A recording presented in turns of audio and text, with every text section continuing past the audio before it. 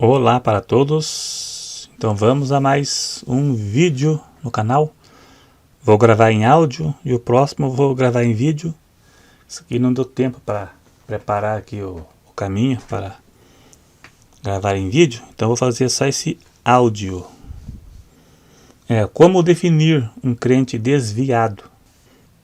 Aos olhos da maioria das pessoas, um desviado é aquele que ficou crente e se batizou e depois saiu da igreja. Uma pessoa, por exemplo, que não se batizou, a maioria não tem ele como desviado. Só aquele que se batizou e saiu. Mas, pelo menos no meu ver, existe o desviado da igreja e o desviado do evangelho. Uma pessoa que foi para a igreja, mas nunca se converteu, ela é desviada de um sistema religioso. Ela ficou crente, se batizou, mas não se converteu. Ela se converteu a um sistema religioso, mas não ao evangelho. Então ela é desviada de um sistema religioso qualquer. Eu mesmo conheço pessoas assim que nunca se converteram. Mesmo que esteja na igreja, mas nunca se converteu. Nem sabe o que é evangelho. Eu conheço algumas assim, não é tão pouca não, conheço algumas, pessoalmente mesmo. Existe um ensino que apenas uma minoria acredita. Uma vez salvo, salvo para sempre. Onde acham que não é possível uma pessoa se desviar. Não é possível perder a salvação. Mas a Bíblia nos dá margem para crermos que é possível uma pessoa perder a salvação. Em Lucas 15, cita 3 parábolas que falam dos desviados. A parábola das 100 ovelhas, das dracmas perdidas e do filho pródigo. Fala exatamente do desviado. Apocalipse, capítulo 2, verso 5 diz: Lembra-te, pois, de onde caíste, arrepende-te. Para cair, precisa estar em pé. Uma pessoa que nunca se converteu, ela nunca esteve em pé. 1 João 2,1 diz: Não pequeis, mas se pecarmos, temos um advogado. Então aqui a possibilidade existe. 2 Pedro 2,20 diz: Porque se depois de terem escapado da corrupção do mundo, pelo conhecimento do Senhor e Salvador Jesus Cristo, forem outra vez envolvidas nelas e vencidas, tornou-lhe o último estado pior do que o primeiro. Porque melhor fora não conhecer o caminho da justiça do que conhecendo e o desviarem-se do santo mandamento. Aqui diz desviar. E no verso 20 diz: Porquanto se depois de terem escapado da corrupção do mundo, escapado, e depois tornar-se novamente. Eu já vi alguns distorcendo esses versículos aqui, no YouTube mesmo, mas não convence não. Jesus disse: quem perseverar até o fim será salvo. Então existe a possibilidade sim. Uma pessoa que foi a uma igreja qualquer por aí, se batizou e saiu, mas sem se converter ao evangelho, agora o consideram um desviado. Mas a consciência dele nem acusa. Ele vive no pecado e veio para a igreja e continuou no pecado. E agora ele saiu da igreja e continua nos mesmos pecados e a consciência dele não acusa, porque ele não se converteu. Ele não foi transformado. Talvez tenha até mudado algumas coisas, mas foi parcial.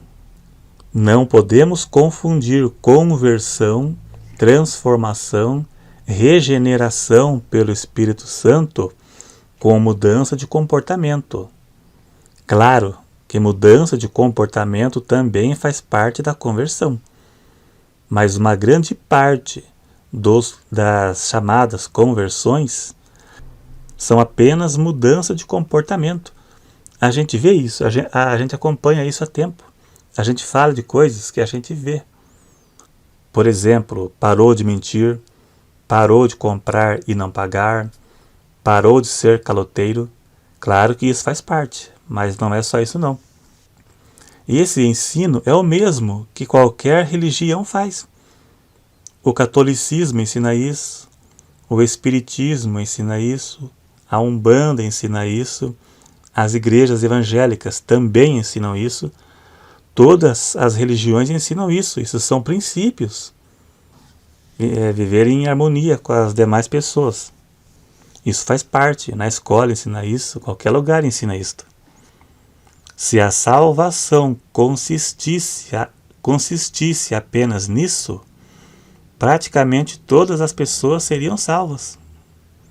Não seria tão difícil assim para ser salvo. Para vencer o poder do pecado, tem que ser transformado pelo Espírito Santo. Para resistir o pecado, essa pessoa, ela será transformada, ela terá que ser transformada. Ela vai viver debaixo da graça. Romanos 5:20, onde abundou o pecado, superabundou a graça. 1 Coríntios 10:13 diz que Deus não deixará ser tentado além do que podeis suportar. É uma pessoa que foi regenerada, transformada e vive debaixo da graça de Deus. Só assim, nessa condição, que ela consegue resistir o pecado. Essa é a única condição. Romanos capítulo 7. Lá Paulo analisa a situação de um homem irregenerado, lutando sozinho contra o poder do pecado. Não tem como. A nossa natureza é carnal. Sem uma ação do Espírito Santo, é impossível o homem vencer o pecado. E também é impossível o homem carnal compreender a vontade de Deus. 1 Coríntios capítulo 2, versos 14 e 15 diz que o homem natural não compreende as coisas de Deus e não pode discerni-la, porque parece loucura. Mas o que é espiritual discerne tudo bem. Diante de Deus existe dois tipos de pessoa: o homem natural e o espiritual. O homem natural é o homem carnal que vive segundo a sua carne, segundo os desejos do seu coração.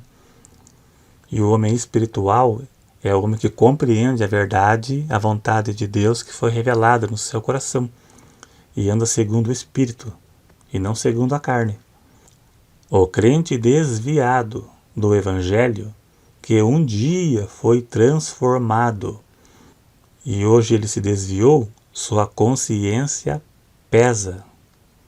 Ele sente o peso do pecado. Ele sente o peso do pecado sobre seus ombros. Pecar, a partir de agora, não vai ser mais como era antes de vir para o Evangelho. Agora vai doer. O Espírito Santo não se retira de imediato de uma pessoa. Ele dá tempo para a pessoa se arrepender, porque depois que se retirar, as consequências poderão ser terríveis, irreversível. O caminho de volta será mais difícil. Davi disse: não retires de mim o teu espírito. Salmo 51, verso 11. Não retires. Davi disse isso depois de ter pecado. Isso indica que o Espírito Santo não se afastou dele de imediato. Davi, ele sabia que se Deus abolir da sua vida a obra do Espírito Santo, que convence o pecador, não haverá qualquer esperança de salvação. Pois é o Espírito Santo quem convence a pessoa do pecado. João 16, verso 8. Saul, depois que ele pecou, o Espírito Santo se retirou dele, mas não foi de imediato. Não foi algo imediato. Perder o Espírito Santo é afastar de si mesmo o único recurso que pode levá-lo a Deus e convencê-lo do pecado. Se o Espírito Santo se afastar, a pessoa não vai mais reconhecer que está em pecado. Ela vai morrer espiritualmente. Poderá cometer pecado para a morte. e ficará numa situação irreversível. Cometer pecado para a morte fica numa situação irreversível. Morto, cego e perdido. Não deixe o Espírito Santo apagar de dentro de você. Se você voltou para o pecado e sua consciência dói, sua consciência acusa, isso é um sinal que você ainda tem o Espírito Santo, pois é ele que convence a pessoa do pecado. João 16:8.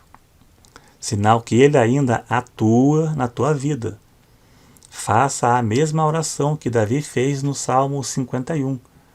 Leia todo o Salmo. No verso 10, Davi disse: Cria em mim, ó Deus, um coração puro e renova em mim um espírito reto. Pediu para renovar. Se você viveu o Evangelho e hoje você voltou para o pecado e sua mente não acusa mais, aquilo que você fazia e sabia que era pecado, hoje você faz e acha que não é pecado mais, você se apostatou. Você se tornou um apóstata. Faz tudo o que fazia antes de forma natural e acha que não é pecado. Se apostatou. Quem um dia foi transformado e se desviou, nunca mais será como antes de conhecer o Evangelho. Antes ele pecava com naturalidade, hoje não é mais. Hoje tem uma consciência que dói.